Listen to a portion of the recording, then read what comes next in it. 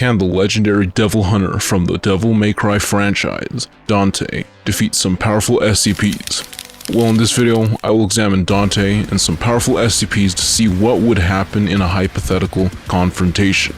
The SCPs that I have selected are SCP-2317, SCP-001, the Gate Guardian, and the Scarlet King. That costume looks a little big. I thought you had better taste than that. How about I take it in a little? After a chaotic and tragic early life, Dante then began to devil hunt in order to protect people and maybe even to avenge his family, by starting the Devil May Cry service. From then on, he went to confront very powerful godlike beings who were so powerful that at first he needed a lot of help. But through the progression of the games, he became strong enough to hold his own against godlike beings like Mundus. So how powerful is Dante by the end of Devil May Cry 5? Well, let's begin with Mundus, who could easily warp and control minds and souls, play around with reality and stop time. Mundus also made Nightmare, which is a powerful entity that is so powerful that it could destroy the Devil May Cry hell. This hell in question is infinite, so infinite that it is like a void. And in this infinite void, dimensions can be created via dreams. So Nightmare was a force to be reckoned with. And Dante has defeated the Nightmare in many games. Then there is Argosax, which is comparable to Mundus and stronger than Nightmare, and Dante was able to beat him with some help. Then later, Dante faced Urizen. This powerful demon surpassed Mundus in power and took the throne of hell.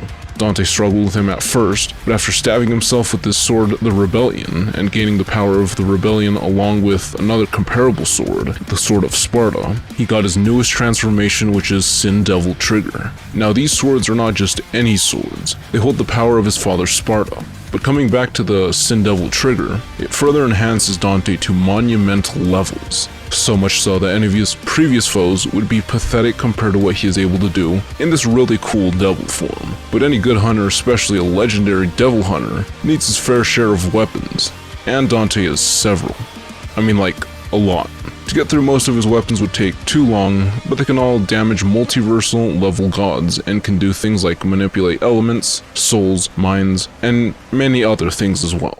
For his more well-known weaponry, you got Ebony and Ivory, which may look like normal stylish guns, but they can literally tear creatures and entities' molecules apart until they are no more. And if you combine this with Dante's near-perfect accuracy, then you got some amazing long-range power in just these two handguns. And then you got Dante's strongest weapon, Devil Sword Dante, which resulted from him stabbing himself. And with all this talk about being stabbed, let's talk durability. Dante gets stabbed a lot, and just walks it off. This is because he can take several seemingly lethal attacks and still move on. His body can regenerate almost instantly from getting torn apart and stabbed. So in summary, Dante can kill beings that can destroy a high multiversal plane of existence, and he has a myriad of weapons that all have different strengths and abilities, but can all damage and kill these beings, who are also immortal. Combine this with the Sin Devil Trigger and you got a real powerhouse who has immeasurable speed. Also, a quick note, in one game it is stated that many of the souls in the franchise are 9th dimensional, so from this statement Dante is 9th dimensional. Now on to the SCPs. First, let's begin with the Gate Guardian. This massive angelic being guards Eden. Any who stands 1 kilometer from the entrance are instructed to leave, or they risk getting cleaved to the subatomic level by the sword of the Gate Guardian. This guardian can strike at near instant speeds, making it seem as though the angel does not move when killing any intruders. This angel is also immortal. As for durability, not much is written about direct durability feats, but considering many tales which have the Gate Guardian throwing hands and clashing blades with multiverse level gods and their armies, it is safe to assume that the Gate Guardian could probably take a multiverse-ending attack and still stand at least somewhat. Next one is SCP-2317, the Devourer of Worlds. This SCP threatens to destroy the world and even the multiverse if it breaks free from its confines.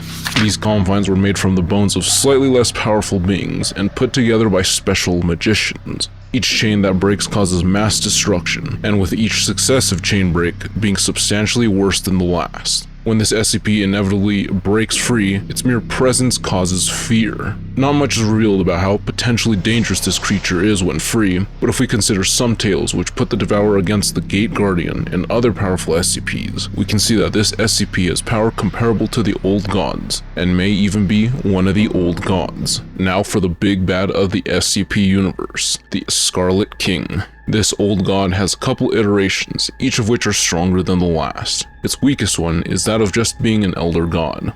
This week's Scarlet King shook all of creation when he emerged with his army. Just from his status as an old god, he is multiversal. But then you got the battle of the Scarlet King and the Brothers Dead, which had the Noosphere turn in on itself. Now this Noosphere is pretty much all of human thought, knowledge, and consciousness, and it is described as being beyond the multiverse.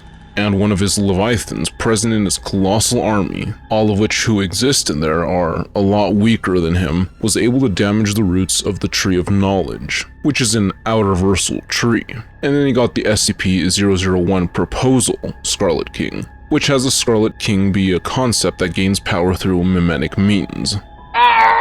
This in essence means that if you study, know, or speak of him, you make him much stronger. Another part in this proposal is that the Scarlet King Old God is just a part of the idea of the Scarlet King, likened to an avatar of sorts for the monster. There are many other iterations, or even references to the Scarlet King in many different type of SCP articles, each of which make the Scarlet King even more OP. An example is SCP-2747, but this would be far too bizarre and most people know him for the proposal of SCP-001, so I'll stick with that one. So what can Dante do against these entities? Well, for the Gate Guardian, Dante would have the edge. Being a 9th dimensional outer versal level character, Dante is stronger than the Gate Guardian, at least from any of the tales. If the Gate Guardian were to try and slice Dante, then that would be an issue for the Gate Guardian. Dante moves faster than anything the Gate Guardian has done and can do,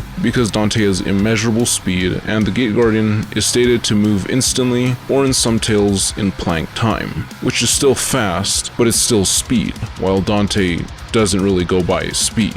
Because you need to move a certain distance in a certain amount of time, and when there's no time, then is it really speed?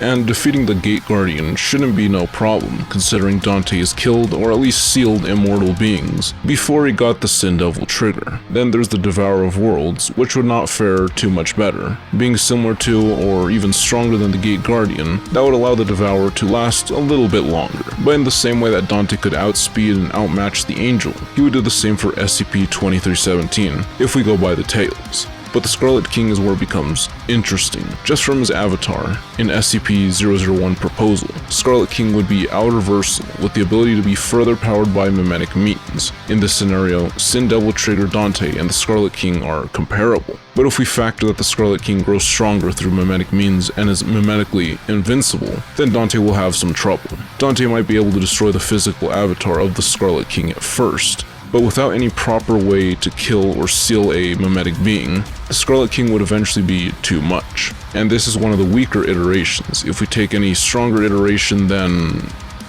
Another thing to note about the Scarlet King is that the Tree of Knowledge, from some of the sources I've seen, is stated to be like 100th dimensional or something absurd like that. So if we just go by dimensions itself, then the Scarlet King, without the proposal, should be enough to take on Dante, even in Sin Devil Trigger. If you are still around, I got a quick little message for you.